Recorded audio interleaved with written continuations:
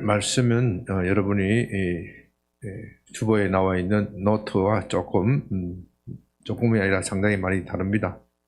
제가 통상 설교 준비를 대개 한 90%는 토요일 아침까지 건네놓고 이제 설교 노트를 이렇게 요약해서 보내주는데 어제 밤에 갑자기 하나님이 갈아엎는 마음을 주셨어요. 참 설교 준비하는 사람도 그렇고 우리 김재윤 이제 강도사님이 그래도 작가인데 막판에 갈아엎으라 하면 참 힘들어요. 막판에 그래도 또 힘들면서도 얼마나 참 은혜를 주시는지 모르겠습니다.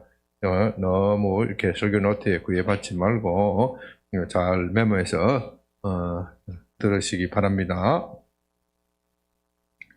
제2차 세계대전에서 연합군이 결정적으로 상륙한 사건은 노르만디 상륙작전이죠. 흔히 D-Day라고 부르는 이 작전은 1944년 6월 6일 연합군 약 15만 명이 프랑스 노르망디에 기습적으로 상륙함으로써 이루어졌습니다. 그러나 독일이 제2차 세계대전에서 무조건 항복을 선언한 것은 그로부터 약 1년이 지난 1945년 5월 8일입니다. 따라서 노르망디 상륙 작전이 성공했다고 해서 아직 독일이 완전히 패망한 것이 아닙니다. 이 작전으로 인하여 독일의 패배는 결정되었지만 그러나 아직도 패배를 인정하지 않고 독일군이 완강하게 저항하고 버텼습니다. 만일 연합군이 독이 오를 대로 독이 오른 이런 독일군을 만만하게 보다가는 흔히 하는 말로 큰 코 다치게 됩니다. 영화 퓨리 발음이 잘 안 되네. 퓨리라는 영화는 바로 이런 배경을 하고 있습니다. 여성분들은 전쟁 영화를 잘 보지는 않겠지만 남자들은 전쟁 영화를 좋아하지요. 주인공이 브래드 피트입니다. 브래드 피트가 원래 참 영웅적인 모습을 잘 나오잖아요. 이 사람이 탱크 팀장인데 탱크가 고장이 나서 길에 잠시 서 있다가 멀리서 독일군 수백 명이 몰려오는 것을 발견합니다. 그런데 그 독일군이 가는 길에 내일이면 연합군 본대가 가게 되어 있습니다. 만일 독일군이 매복하여 그 연합군을 친다면은 엄청난 손실을 줄 것입니다. 그들은 비록 패주하고 있지만 아직 완전히 망한 것이 아닙니다. 게다가 그들은 게시타포 독일군의 중에서도 가장 험악한 게시타포 출신이고 전쟁이 끝나면 그들이 엄중한 처벌을 기다리고 있는 것을 알고서 이래 중리 저래 중리 막판 용감하게 죽겠다 이렇게 죽을 힘을 다하여 연합군에 대적할 것입니다. 그렇다고 해서 연합군에게 이 사실을 알릴 시간도 없습니다.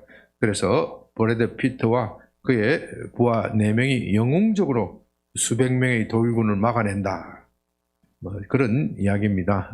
헐리우드식의 좀 과장된 이야기도 있는데 실화인지 아닌지 그건 잘 모르겠습니다. 이 요한은 우리가 오늘 본문을 이해하는 데 상당히 도움을 줍니다. 로마서 8장 1절은 이제 그리스도 예수 안에 있는 자에게는 결코 정죄함이 없다. 그렇게 말함으로써 그리스도인의 승리를 선언합니다. 예수님은 죄를 이기셨고 또한 마귀를 멸하셨습니다. 그러나 아직 승리의 축배를 들기에는 이릅니다. 예수님의 십자가 사건으로 마귀는 결정적으로 패배하였지만 그러나 그렇다고 해서 그가 아직 완전히 무릎을 꿇은 것은 아닙니다.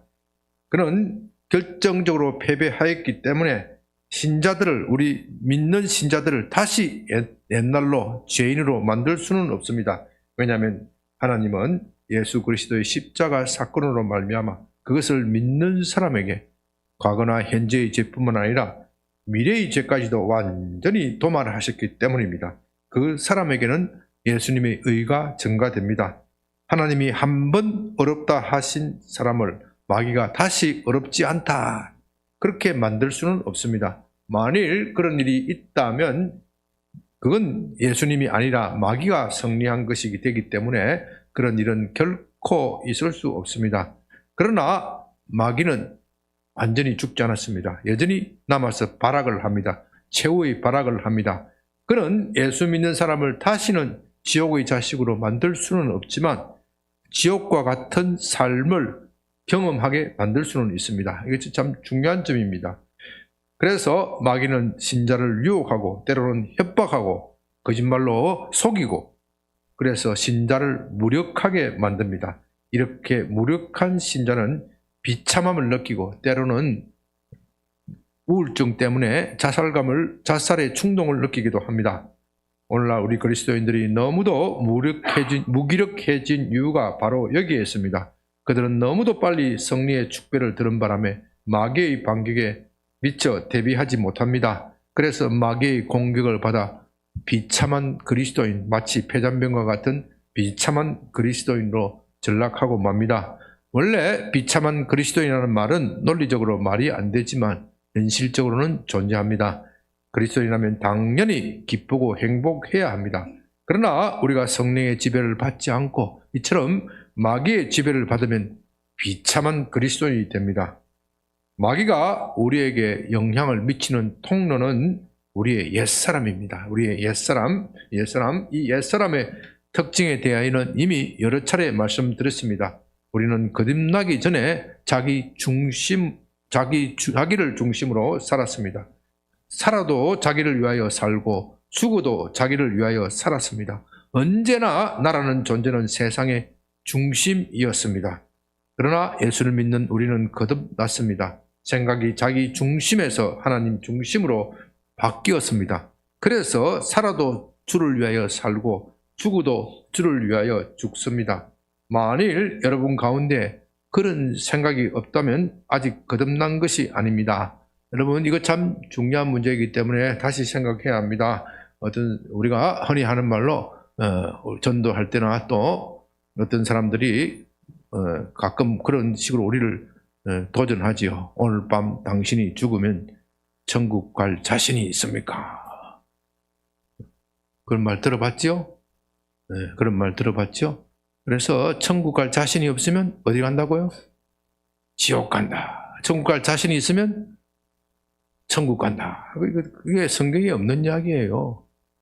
우리가 그런 식으로 말하는 사람들이 많은데 천국에 가고 말고는 내 마음의 확신에 따라 결정이 되는 것이 아니에요. 이건 잘 이해를 해야 돼요. 내 마음의 확신이 사실 오늘 밤 당신 죽으면 천국 갈 수 있습니까? 저한테 물어보면 솔직히 말씀드리면 나도 모르겠습니다. 그렇게 대답할지도 모릅니다. 또 어떤 때는 내가 신앙이 업됐을 때 그렇지요. 가고 말고요. 그러나 내가 신앙이 다운되면 어떻게 해요? 나도 잘 모르겠습니다. 그렇다면 우리의 신앙의 확신에 따라 천국 가고 말고가 결정이 된다면 한 번은 천국 가고 한 번은 지옥 가고 이건 말이 안 되는 거예요. 예수님은 그런 것으로 천국 가고 말고를 판단하는 것이 아니라 무엇으로 판단한다고요? 너희의 열매를 보고 판단하라. 그 사람이 천국 가고 안 갈지는 열매를 보고 판단하라. 그 열매가 무엇이냐? 거듭난 사람의 열매가 무엇이냐? 내 자신을 하나님께 드려 주를 위하여 사는 삶을 사느냐 마느냐. 이것이 열매입니다. 만일 내가 거듭났다고 생각하면서도 이런 열매가 없다면 그건 나의 착각일 뿐입니다. 물론 우리는 하나님께 내 자신을 헌신하려는 생각도 없이 생각을 아직도 선량에 미숙하기 때문에 하나님께 내 자신을 드려야 한다는 생각이 미약하여서 그저 하나님께 구하기만 하는 그런 신앙을 가질 수가 있습니다. 그 사람은 하나님께 구하기 때문에 하나님 나라에 가까이 온 것은 틀림없습니다. 마귀에게 구하지 아니하고 우상에게 구하지 아니하고 하나님께 구한다는 것 자체가 하나님은 기쁘시게 생각하고 그 사람이 하나님 나라에 가까이 온 것은 사실입니다. 그러나 구하는 그것만 가지고는 그 사람이 천국에 들어갔다, 천국의 백성이다, 이런 확실한 징표가 될 수가 없습니다. 내가 구원받은 확실한 징표는 내가 하나님께 헌신하고 싶은 마음이 있느냐 없느냐. 물론 이것이 하루아침에 되는 일은 아닙니다. 그러나 적어도 내 삶의 목표는 거기에 두고 내가 하나님께 헌신하지 못하였을 때 괴로워하고 어떻게 하면 내 자신을 하나님께 드려 헌신할 수 있느냐, 그것을 가지고 고민하는 사람은 거듭난 사람이라고 보아도 틀림없습니다. 그리고 오늘 본문의 강의는 그런 고민을 하는 사람들에게 그 길을 제대로 걸어갈 수 있도록 돕는 것입니다. 본문 8장 11절을 봅니다.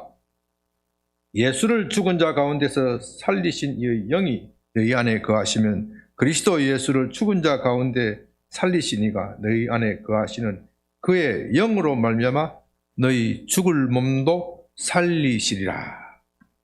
네, 오늘 본문의 오늘의 중심 주제는 영으로서 몸의 행실을 죽이면 산다는 것입니다. 이것이 무엇을 의미하는지 이해하기 위해서는 먼저 11절의 말씀을 이해해야 합니다. 예수를 죽은 자 가운데서 살리시는 누구입니까?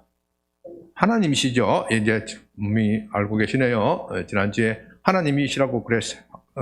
그렇게 말씀드렸습니다. 그런데 오늘 본문의 속에 답이 있습니다. 하나님이 예수를 죽은 자 가운데서 살리신 이유가 뭐라고 말씀하시고 있습니까? 예수님 안에 무엇이 있기 때문이에요? 하나님의 영이 있기 때문에 살리신다. 그렇게 말하였습니다. 사도행전 10장 38절에서 하나님이 예수님에게 성령을 기름 붓듯이 부어주셨다. 예수님은 늘 성령에 충만하셨습니다. 그래서 하나님이 예수님을 죽은 자 가운데서 다시 살리셨다고 말합니다. 왜냐하면 성령은 하나님의 영이고 하나님의 영이 있는 사람은 죽을 수가 없기 때문입니다. 따라서 여기서 중요한 것은 우리 안에 하나님의 영, 성령이 계시냐 그렇지 않느냐 하는 것입니다. 성령이 계시면 사는 것이고 성령이 없으면 죽는 것입니다. 성령을 받으면 죽어도 사는 것이고 성령을 받지 못하면 살아도 죽는 것입니다. 성령을 받는 것이야말로 우리 삶, 우리 신앙생활의 전부가 달려있다. 그렇게 해도 과언이 아닙니다. 성령을 받으면 하나님의 자녀가 되는 것이고 성령을 받지 못하면 마귀의 자녀가 되는 것입니다.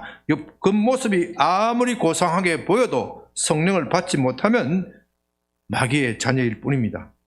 성령을 받지 못한 사람도 신앙생활을 할 수도 있고 교회 생활도 할 수가 있습니다. 그러나 그들의 삶을 보면 팍팍하고 참 피곤합니다. 삶의 기쁨이 없고 신앙생활은 단지 의무감으로 할 뿐입니다. 교회에 나오지 않으면 괜히 저주를 받을 것 같고 벌을 받을 것 같으니 어쩔 수 없이 나옵니다. 그는 교회에 출석하면서도 하나님으로부터 나오는 생명을 공급받지 못합니다. 그러니 사는 것이 팍팍하고 즐겁지 못합니다. 늘 신경질과 우울감, 우울증, 남을 시기하고 질투하는 마음으로 가득 차 있습니다. 그러나 성령을 받은 사람은 다릅니다. 삶의 여유가 있습니다. 신앙생활 자체가 기쁘고 즐겁습니다. 물론 성령을 받은 사람도 고난을 당하고 어려운 일을 당하면 일시에 위축되고 또 의기소침해질 수도 있습니다. 그러나 그는 하나님으로부터 받는 생명이 있기 때문에 그 생명이 그를 다시 소생시키시고 회복시킵니다. 삶은 다시 환희와 기쁨으로 넘쳐납니다. 생명력이 넘칩니다. 하나님께 자신을 드리는 것이 괴로운 것이 아니라 어쩔 수 없이 하는 것이 아니라 가장 즐겁고 행복한 것임을 깨닫고 즐거이 헌신하게 됩니다. 그런데 여기서 주의할 것은요, 11절에서 산다, 죽는다 하는 것은 우리 육신의 죽음을 말하는 것이 아니라 영적 죽음을 말한다는 것입니다.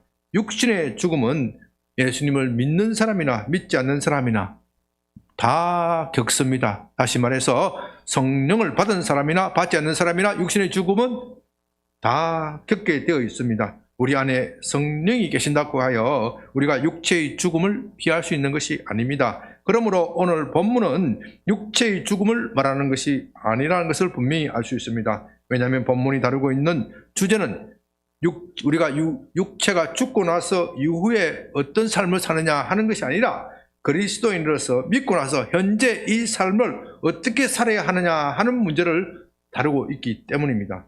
따라서 여기에서 삶과 죽음은 영적인 것을 말합니다. 물론 우리 믿는 사람은 마지막 때 생명의 부활을 하는 것이고 믿지 않는 사람은 사망의 부활을 하는 것입니다.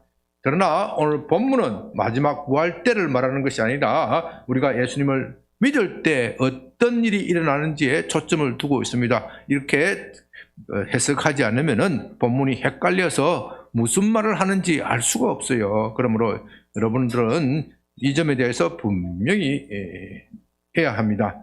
육체의 죽음은 그야말로 생물적, 우리의 호흡이 끝나는 생물적인 죽음이지만 영적인 죽음은 하나님과 교제가 끊어지는 것을 말합니다. 이 교제란 말이 참 중요합니다.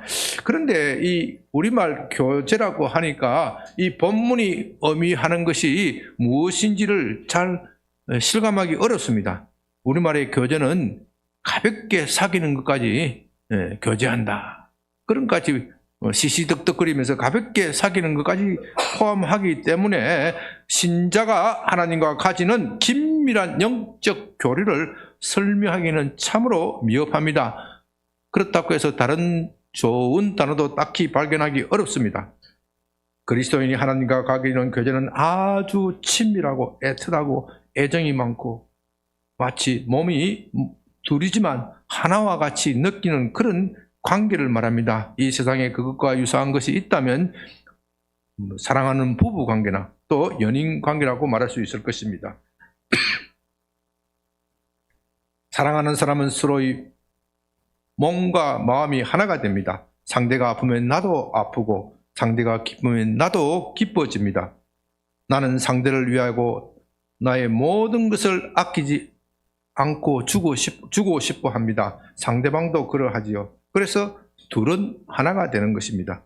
반면에 죽음은 분리를 말합니다. 아담이 죄를 범하였을 때 하나님과 사람 사이에 담이 생겨버렸습니다.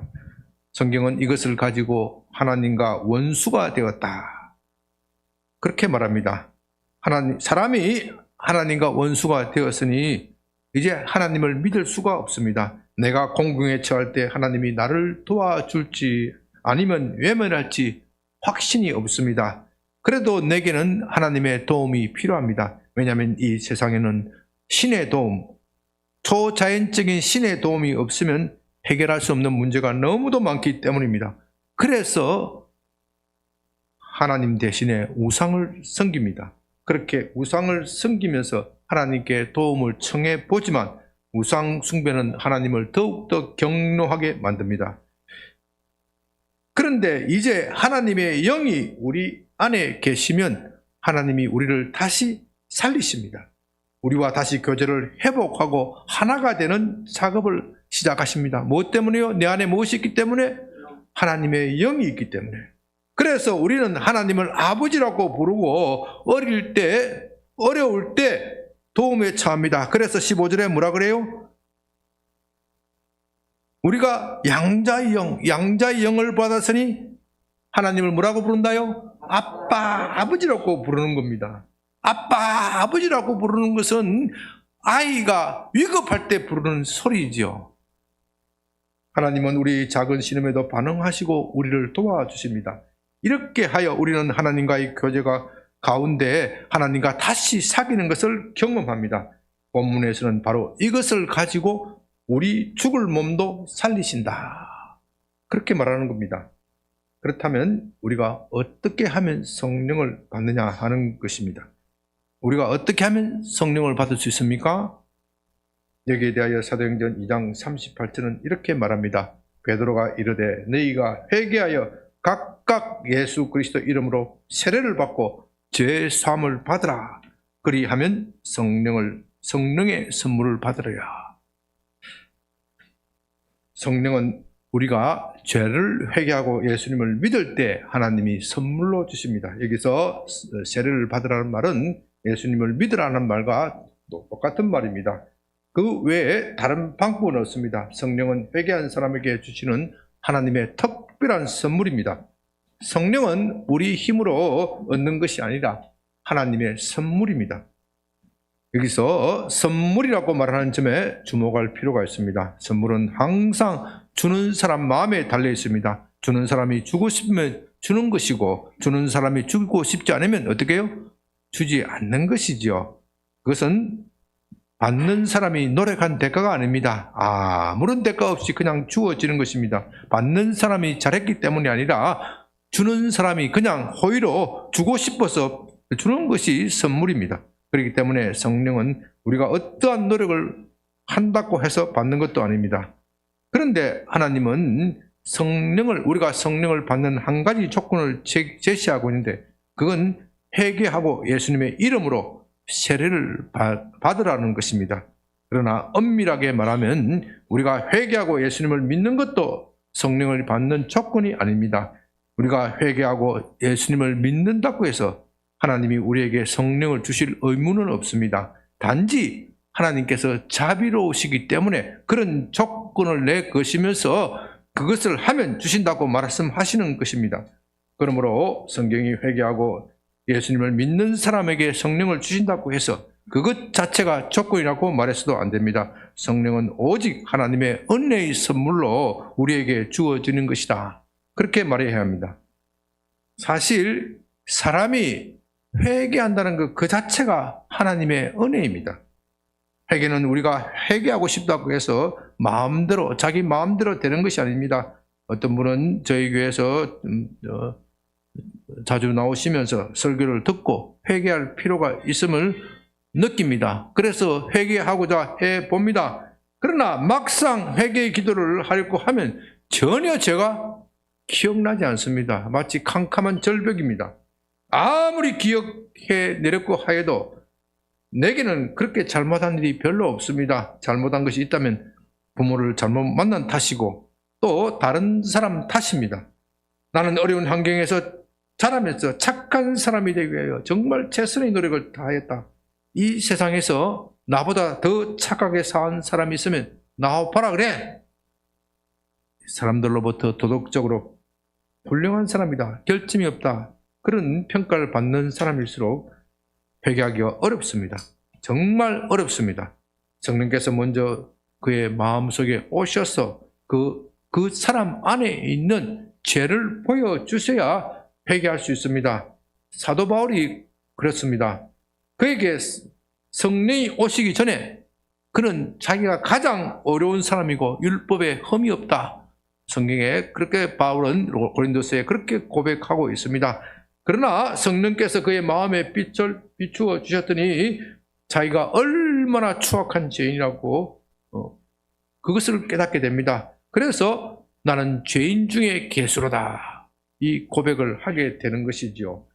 그렇게 성령께서 먼저 일하셔야 합니다. 그렇기 때문에 회개하고 예수를 믿는 믿음도 하나님의 선물입니다. 성령도 하나님의 선물이지만 우리의 믿음도 선물이라는 겁니다. 그러나 이 하나님의 선물은 하나님이 아무나 무작정 그냥 공중에서 살포하듯이 주는 것이 아닙니다. 우리에게도 선물을 받을 자세, 태도를 요구하십니다. 그것은 자기의 죄를 회개하고 예수를 믿으라는 것입니다. 그것이 성령의 은혜로 가능한 것이지만 성령께서 그렇게 속삭일 때에 그 은혜에 순종하여 자기 죄를 회개하고 예수를 믿어야 한다는 겁니다. 다른 말로 하면 처음에는 잘 안 되더라도 그렇게 하라는 겁니다. 처음에는 억지 같지만 억지라도 그렇게 하라는 겁니다. 우리가 그렇게 억지로라도 자기를 돌아보고 또 예수님을 믿기로 작정하셨을 때 하나님께서 우리에게 은혜의 선물로 성령을 주셔서 우리 죄를 깨닫고 회개하게 만들고 다시 예수님을 믿게 하게 만드신다는 겁니다. 12절, 그러므로 형제들아 우리가 빚진 자로 돼 육신에게 져서 육신대로 살 것이 아니니라. 여러분은 우리가 하나님께 빚진 사실을 인정하십니까? 네. 빚을 졌다면 무슨 빚을 졌습니까? 우리는 모두는 하나님의 은혜의 빚을 졌습니다. 하나님의 아들 예수 그리스도가 우리를 위하여 십자가를 지셨습니다. 우리가 하나님께 진 빚을 어떻게 말로 다 표현할 수 있겠습니까? 찬송가 주 십자가 나 대할 때 그 일이 고마워, 내 얼굴 감히 못 들고 눈물만 뿌리네. 우리에게 이런 마음이 있어야 거듭난 것입니다. 이제 여러분에게 이런 마음이 없다면 거듭난 것이 아닙니다.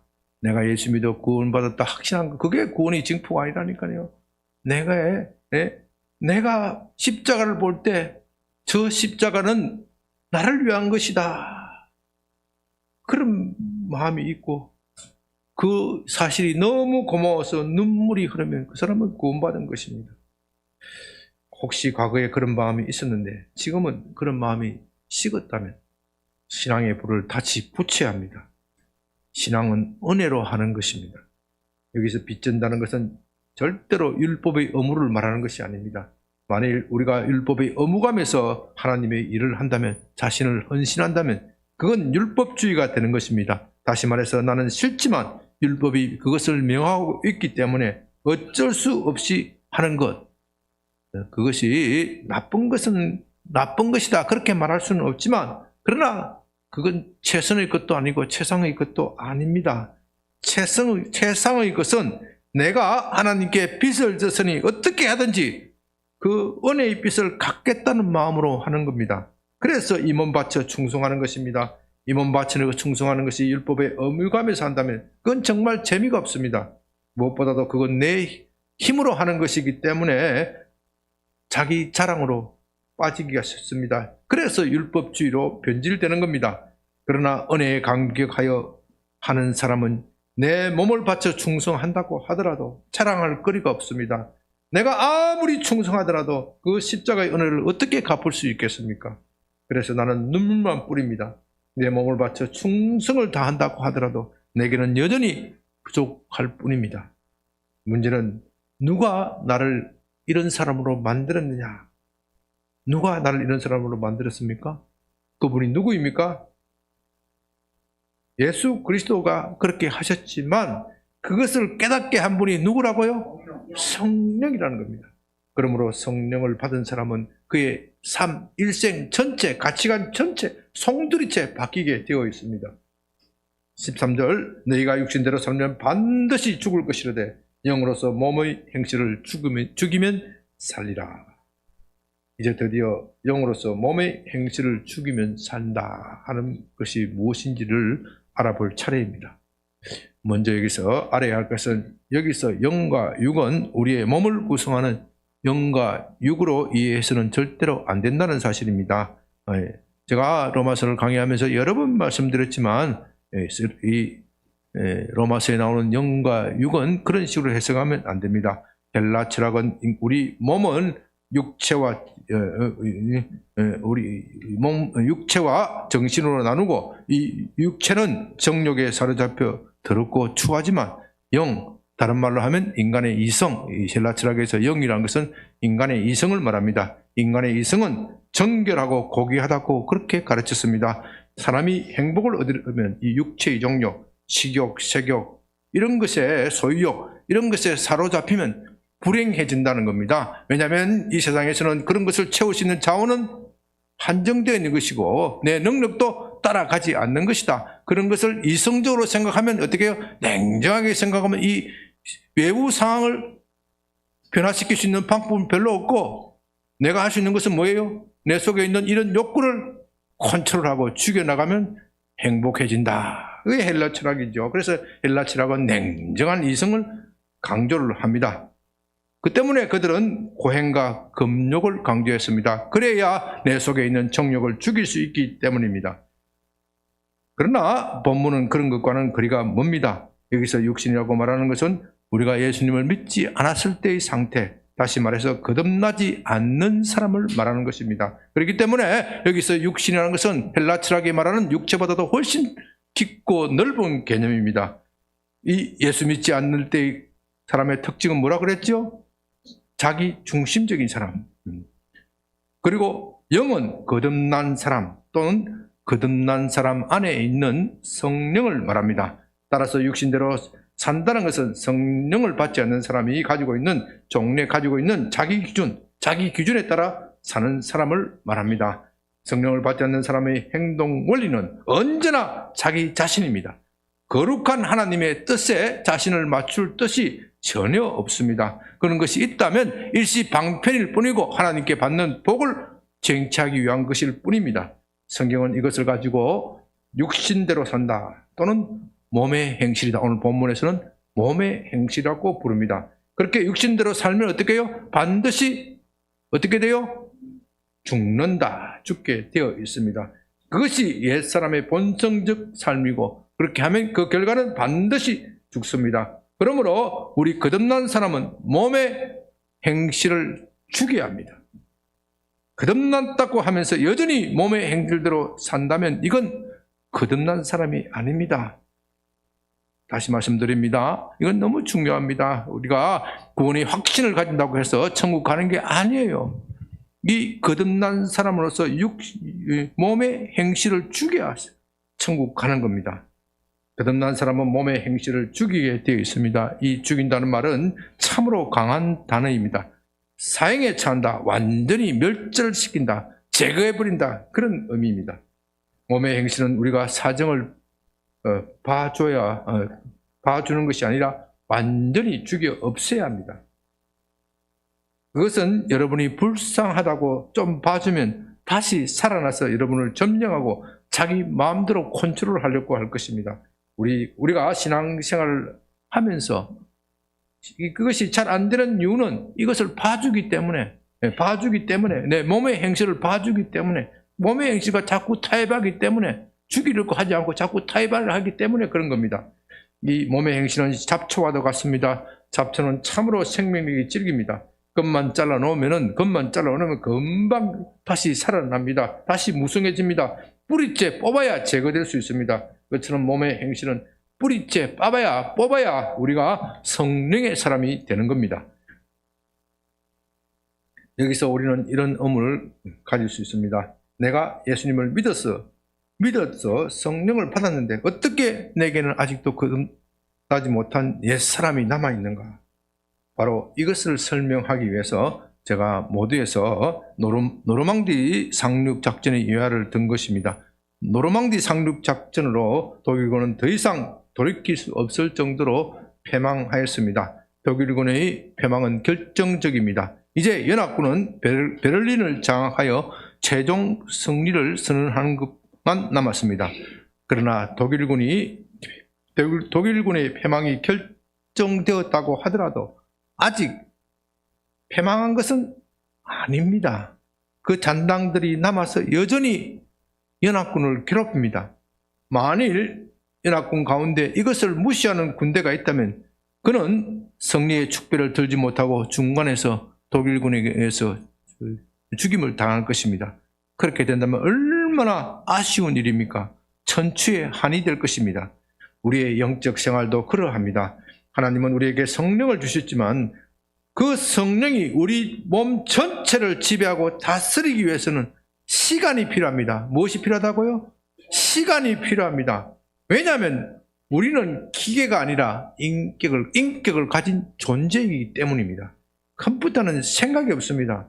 프로그램만 바꾸면 행동도 달라집니다. 전혀 과거의 생각을 기억도 하지 않습니다. 그러나 인간은 인격적인 존재이기 때문에 자발적으로 생각을 바꾸고 행동을 하려면은 새로운 행동 원리에 대해 스스로 납득하고 그것으로 완전히 소화되고 내 인격 전체가 그것에 동의를 해야 합니다. 그렇게 하기까지는 무엇이 걸린다고요? 시간이 걸립니다. 종래 습관이 남아서 그를 괴롭히기 때문에 이 종래 습관을 뿌리 뽑는 시간이 걸리는 겁니다. 그렇기 때문에 우리 거듭난 사람은 과거의 습관과 싸워서 이겨나가야 합니다. 그것을 가지고 몸의 행실을 죽이라고 말하는 겁니다. 그래서 성령을 받은 사람은 우리는 영으로서 몸의 행실을 죽여야 합니다. 죽일 때 인정사정 봐주지 말아야 합니다. 인정사정 봐주면 그것이 다시 살아나서 나를 괴롭히기 때문에, 나를 죽이기 때문에 완전히 죽여야 한다는 겁니다. 그 점이 물질세계의 전쟁과 다릅니다. 우리가 보는 전쟁에서는 아무리 전쟁이라고 하더라도 연합군과 독일군 사이에 사람을 감동하는 휴먼 스토리가 있습니다. 그런 휴먼 스토리가 영화화되고 우리의 마음을 감동하게 하지요. 그러나 우리의 옛사람과 싸우는 영적 전쟁에서는 그런 휴먼 스토리가 없다는 겁니다. 전혀 있을 수 없습니다. 우리는 우리의 옛사람을 가차없이 죽여야 합니다. 옛사람의 몸의 행실을 살려두어서는 안 됩니다. 그것이 불쌍하다고 살려두면 우리를 죽이려고 할 것입니다. 그러므로 우리는 그 씨까지라도, 그 뿌리까지라도 말끔히 뽑아내어야 합니다. 그렇다면 영으로서 몸의 행실을 죽인다는 말은 구체적으로 무엇을 말하는 거예요? 무엇을 말하는 것입니까? 영으로서 몸의 행실을 죽인다. 좀 추상적인 이야기 같잖아요. 어떤 사람은 이것을 내가 성령에 충만하기만 하면 자동적으로, 자연적으로 몸의 행실이 죽는 것이다. 그렇게 생각하고 또 그렇게 가르치는 사람들이 있습니다. 내가 성령에 충만하기만 한다면 나는 아무 일 하지 않아도 된다고 생각합니다. 그래서 이 사람들이 추구하는 것은 매일과 같이 추구하는 것은 성령 충만, 성령 충만, 성령 충만. 그러니까 성령 충만하기 위해서 뭘 해야 돼요? 매일 기도하는 것밖에 없어요. 매일 기도하는 그 기도원에 가면 매일 기도만 하는 사람이 있어. 그러나 그렇지 않습니다. 사도는 우리에게 성령으로 충만하라고만 말하는 것이 아니라 영으로서는 성령으로 충만하다는 그 뜻이에요. 성령으로 충만하다고 말하는 것이 아니라 충만해서 뭐를 하라고요? 몸의 행실을 죽이라고 말합니다. 다시 말해서 성령으로 충만하여져서 몸의 행실을 죽이라는 겁니다. 죽이는 것은 누가 하는 겁니까? 성령이 하는 겁니까? 내가 하는 겁니까? 내가 하는 겁니다. 죽이는 것은 내가 죽여야 되는 거예요. 무엇에 충만해졌어요? 성령에 충만해서 성령에 충만하지 않고 몸의 행실을 죽이는 것이 율법주의라 이 말이에요. 이해가 됩니까? 네, 그건 내 힘으로 하는 거예요. 그러나 성령에 충만해져서 내가 몸의 행실을 죽여야 한다는 겁니다. 그것은 성령의 충만도 중요하지만 우리 스스로도 몸의 행실을 죽여야 합니다. 문제는 어떻게 하면 죽이는 것입니까? 우리가 금식하고 또 율법을 지키도록 힘을 써야 하는 것입니까? 그런 것도 필요하지만 그것보다도 더욱더 필요한 것입니다. 있습니다. 이게 참 여기가 하이라이트니까 잘 들으셔야 합니다. 우리가 어떻게 몸의 행실을 죽이느냐? 그건 우리의 믿음입니다. 믿음으로 몸의 행실을 죽이는 겁니다. 영으로서 몸의 행실을 죽인다는 말은 다른 말로 하면 믿음으로 몸의 행실을 죽이는 것과 같은 말입니다. 제가 로마서를 강의를 시작할 때 로마서에서 성령으로 보시된 부분은 대부분 믿음으로 대체하여 읽어도 무방하다. 그렇게 말씀드린 일이 있죠. 믿음으로 구원을 받는다. 성령, 하나님의 은혜, 성령, 하나님의 은혜, 성령으로 구원받는다. 같은 말이 그 뜻이에요. 오늘 본문은 바로 거기에 해당합니다. 영으로서 몸의 행실을 죽인다는 말은 믿음으로 몸의 행실을 죽인다는 그 뜻입니다. 우리에게 믿음을 주고 또 그 믿음을 강화할 수 있도록 도와주시는 분이 바로 성령님이기 때문에 그런 겁니다.